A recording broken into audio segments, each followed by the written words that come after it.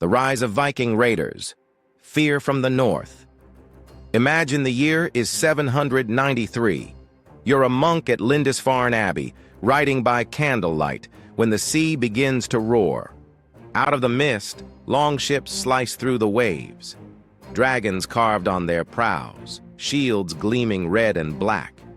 Before you can flee, the doors crash open. The Northmen have come. That day changed the world. The Viking Age had begun, an age of raiders, traders, and explorers who would terrify Europe for centuries. But the real story of the Vikings isn't just blood and fire. It's about ambition, survival, and discovery.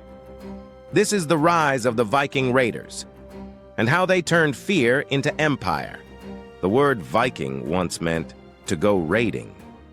It wasn't a people, it was a job.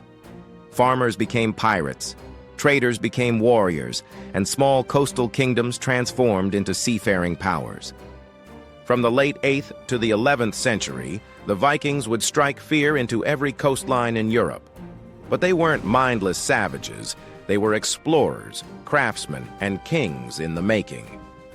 Let's set sail into the stormy seas of the Viking Age. Section 1. The world before the Vikings. Before the raids, Scandinavia was cold, poor, and isolated.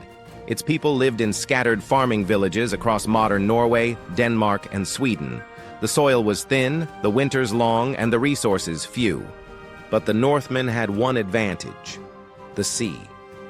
They built ships that could travel across oceans and up shallow rivers, turning Europe's waterways into highways.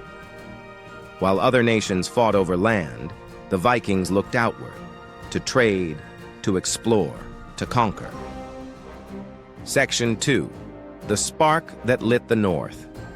The first recorded Viking raid came in 793 CE, when Norse warriors attacked the monastery at Lindisfarne off England's coast. To Christian Europe, it was a horror beyond words. Men of God slaughtered, holy relics stolen, the sanctuary defiled. To the Vikings, it was simply opportunity. Monasteries were rich, undefended, and filled with treasure. The raid spread panic across Europe. Chroniclers wrote that dragons were seen in the sky. In truth, the dragons were carved on ships, and they had only just arrived. Section 3. Masters of the Sea. The key to Viking power wasn't brute strength. It was technology. Their ships were masterpieces of engineering, long, light, and fast, with shallow keels that let them sail in open seas and rivers. A Viking longship could beach anywhere, no harbor required. They could attack, loot, and disappear before an army even formed. To medieval Europe, this was terrifying. To the Vikings, it was strategy. Their mobility made them ghosts, raiders who came from nowhere, struck like thunder, and vanished with the tide. Section 4. Raiders and traders. The Vikings weren't just destroyers. They were entrepreneurs with axes. Wherever they went, they traded as much as they raided. They brought furs, amber, slaves, and iron in exchange for silver, silk, and spices from the east. Their trade routes reached from Baghdad to Byzantium, and even across the Atlantic. A Viking might raid one year and sell goods to the same people the next. They were pirates, merchants, diplomats, and explorers, sometimes all in the same lifetime. Section 5. The Age of Terror. For 2 centuries, Viking raids ravaged Europe. England, Ireland, and France were their favorite targets. Towns were burned, monasteries looted, kings ransomed. The great heathen army of 865 invaded England itself, conquering vast territories. They founded cities like Dublin, York, and Rouen, leaving their mark on language, culture, and law. To their enemies, they were devils from the sea. But to the Norse, they were fulfilling destiny. Section 6. Life as a Viking raider. A Viking crew was a brotherhood bound by loyalty and greed. They lived by strict codes, honor, bravery, and the promise of reward. Cowardice was shameful. Death in battle was glorious. They believed that to die with a sword in hand was to be carried to Valhalla, where the greatest warriors feasted forever. This belief made them fearless and unstoppable. But life aboard ship was brutal. Salted fish, cold rain, endless rowing.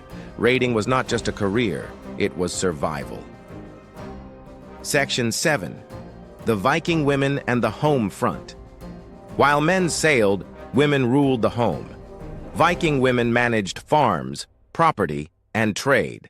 They could divorce their husbands, own land, and wield authority rare in medieval Europe. Some even went to war. The shield maidens of Norse legend, like Lagertha and Hervor, blurred the line between myth and history. Archaeologists have found graves of women buried with full warrior gear. In Viking society, power wasn't just for men. It was earned through strength and cunning. Section 8. From raiders to rulers. Over time, the Vikings stopped raiding and started ruling. They settled in conquered lands, Normandy in France, the Danelaw in England, Iceland, and even Greenland. They founded kingdoms, intermarried with locals, and built dynasties. By the 11th century, Norse blood flowed through the veins of European royalty. One of them, William the Conqueror, a descendant of Viking settlers, invade England in 1066 and change history forever. The Vikings had gone from outlaws to emperors. Section 9. The End of the Viking Age.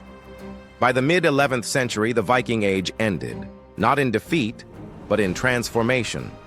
Christianity spread through Scandinavia, ending the old pagan traditions. Kings centralized power, outlawing private raids.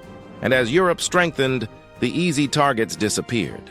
The sea kings became merchants, nobles, and explorers.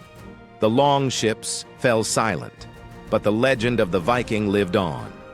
Conclusion: the Vikings were not monsters, nor heroes. They were human. Driven by hunger, ambition, and courage, they built an empire from fear. They connected continents, reshaped nations, and left behind a legacy of exploration, innovation, and myth. They came as raiders. They stayed as rulers. And they remain even now, the storm that never truly passed. If you enjoyed this voyage into the heart of the Viking Age, hit like and subscribe to TorchLit History, where we bring the dark and daring stories of the past roaring back to life. Comment, would you have been a Viking raider or their next target? And look out for our next episode, Medieval Armor, What Actually Worked and What Didn't. Because history's greatest stories aren't fiction, they're survival.